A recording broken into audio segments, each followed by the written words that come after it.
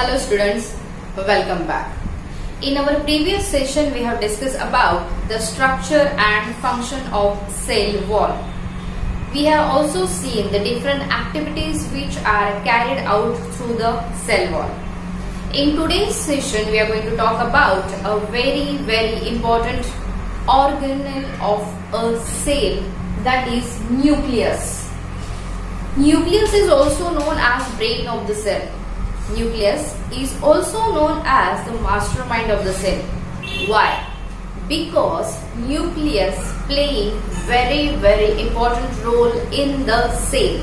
Okay, before we start with that functions of nucleus, first of all we will study about how the structure of nucleus is. What are the materials that nucleus is comprises of? Okay, so this is I have depicted a picture of nucleus. Okay, the nucleus is roughly spherical in shape. How it is? It is roughly spherical in shape. It lies in the cytoplasm.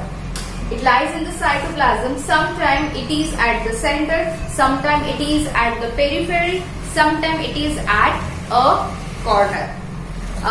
The very important thing which I want to tell you is that many of the cells are uninucleated, but many of the cells, for example, some of the muscle cells, we will come across this topic in tissue lesson, that some of the cells are multinucleated also. Multinucleated also means in that type of cell more than one nuclei are present. Okay, so the place, the position of nucleus in a cell, it's not fixed. But whenever we are depicting a picture of cell, we are generally locating it in the middle. So we are locating it as a middle. See, it is roughly spherical in structure. Starting from the outside, the nuclear envelope is encloses the whole nuclear material. Okay. Now see, this nuclear envelope is attached to the cell wall. For example, this is your cell.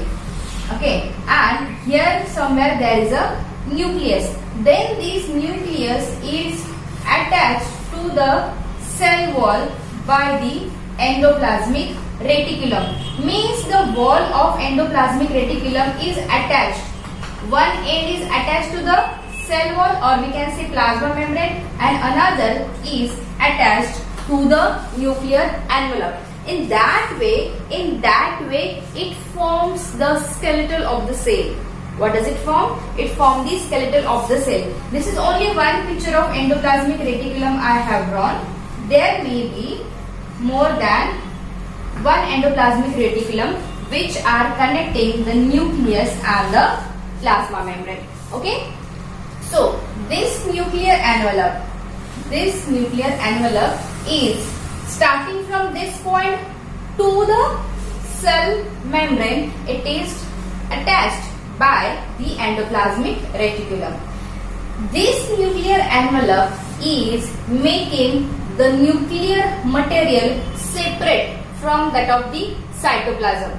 Understand? Means the nucleus and its content, everything, that is called as nucleoplasm. What do we call to that as nucleoplasm? See, nucleus के अंदर जो भी पूरा material होता है, जो भी चीजें होती है, that everything is called as nucleoplasm. And this nucleoplasm is present in the cytoplasm. Because see, suppose ये आपकी सेल है, ये न्यूक्लियस है, ये पूरा क्या है? साइटोप्लाज्म. साइटोप्लाज्म के अंदर क्या होता है?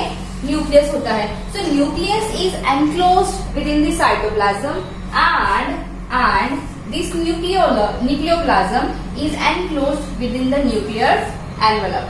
Understand? This outer layer of the nucleoplasm or nuclear envelope is not intact. वो continuation में नहीं होती है. These are having gaps. Gaps in the sense the nuclear envelope become thin semi-permeable membrane, and that places are called as nuclear pore, where the nuclear membrane is discontinuous. Okay. What is the function of this nuclear pore? The function of this nuclear pore is exchange of material between the nucleoplasm and the cytoplasm. Cell nucleus के बाहर क्या है?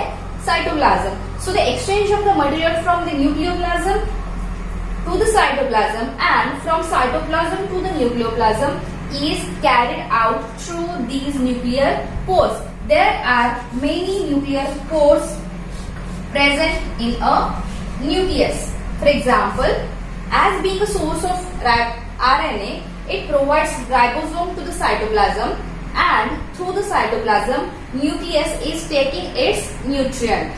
Understand the function of nuclear pore? Then, inside the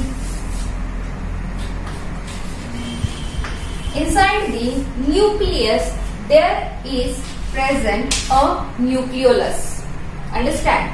In a nucleus there can be one or more than one nucleolus can be present. Understand?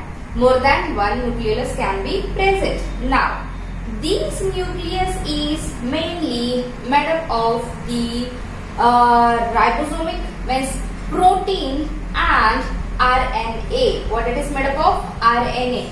That's why this nucleoplasm is called as the source of ribosomes or the factory of ribosomes also. Understand? Now, are you able to see this thread-like structure? These lines which I have drawn here, these lines I have drawn. These lines are nothing but the chromatin fibers. What that are? That are chromatin fibers. These chromatin fibers are present in the nucleus, which are made up of the DNA, deoxyribonucleic acid, and protein, mainly histone protein. कौन सा protein? Histone protein. These strands of the chromatin fibers are very important for the process of cell division. Understand? For the process of cell division. Why? Because each that strand of chromatin fiber gets condensed and forms the chromosome. What does it form? It forms the chromosome. And these strands are also made up of two important things, mainly DNA and protein. That DNA are carrying out the set of different characters on that in terms of strand, to which we called as gene. What do we call as? Gene.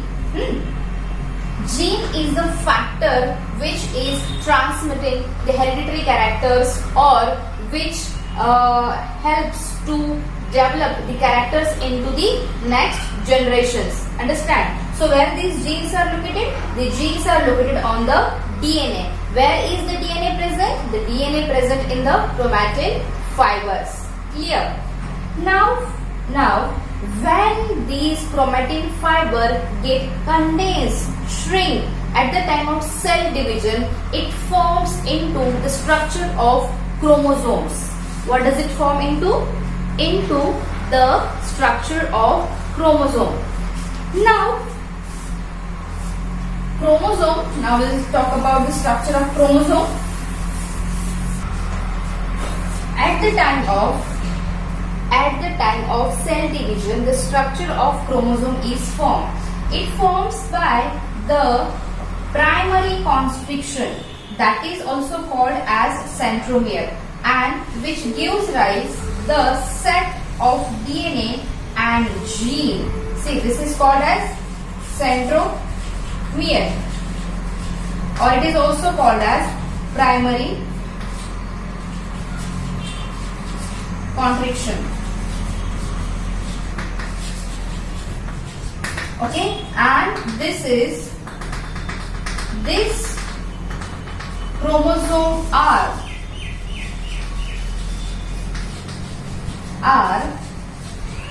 is attached to the centromere. It is also called as telomere. Understand? This is centromere and these two are telomere.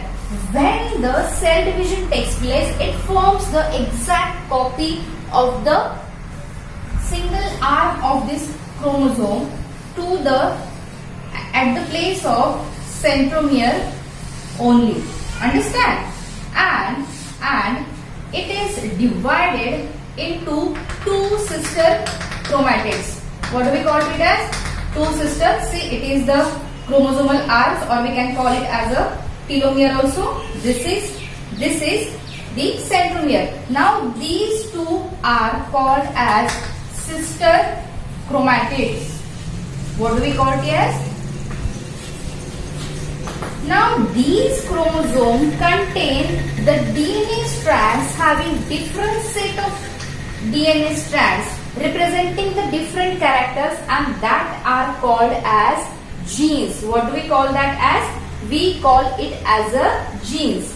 Now these are called as sister chromatids because these are the equal copy of each other. इसी chromosomal arm की ये दूसरी copy होती है. So what happens when the cell division takes place? I will draw it little bit down.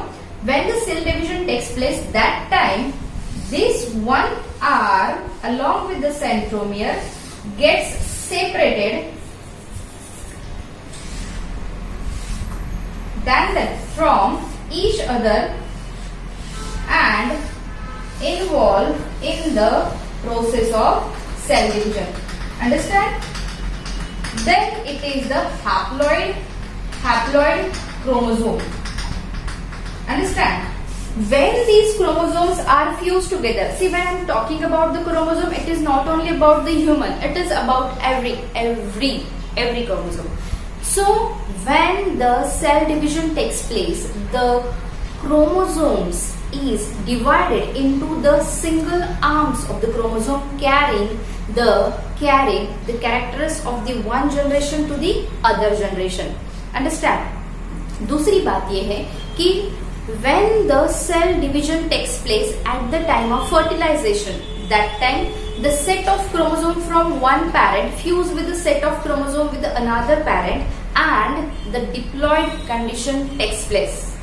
Understand? What is meant by haploid and what is meant by diploid? Let me explain. I will rub this for that. Suppose we will take the example of human animals. We have 23 pairs of chromosome. Okay, 23 pairs means how many exactly? 46. Okay, 46 chromosomes. Okay, now these 46 chromosomes are actually set of 44 autosomes and 2 chromosomes. These are autosomes and these are gametic, or we can say sex chromosomes. Okay, this is the diploid condition. Diploid condition means what? They are present in the pair. Now when the fertilization takes place, that time these whole 46 के 46 जो chromosome है वो carry forward होते हैं, but that are converted into 23. Okay, 23 इनमें से 23 जो है वो 22 जो होते हैं 22 होते हैं ऑटोसोम, एंड जो एक होता है वो होता है sex chromosome. Do you remember जब fertilisation of XX with XY takes place, that time this separates into XX and this separates into XY. Do you remember this?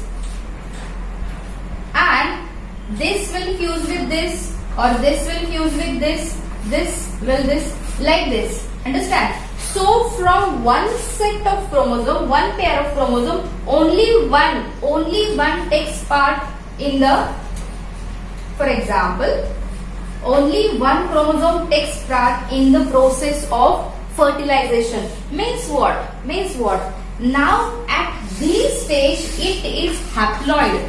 What it is? Haploid means only single set of chromosome. Only single set. But when it fused after fertilization, when it gives you 46, that time it is called as diploid. What it is called as? Diploid condition. Diploid, double, duplicate, two sets. Understand? Means one set is exactly identical with the another set. Pair में होते हैं. Understand?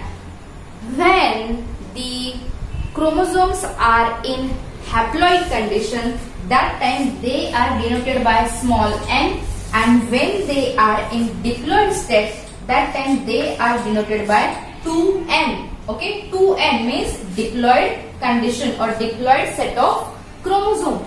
Understand? Understand what is mean by haploid and what is mean by diploid? Whenever there is cell division takes place, that time from diploid condition chromosome goes to the haploid condition.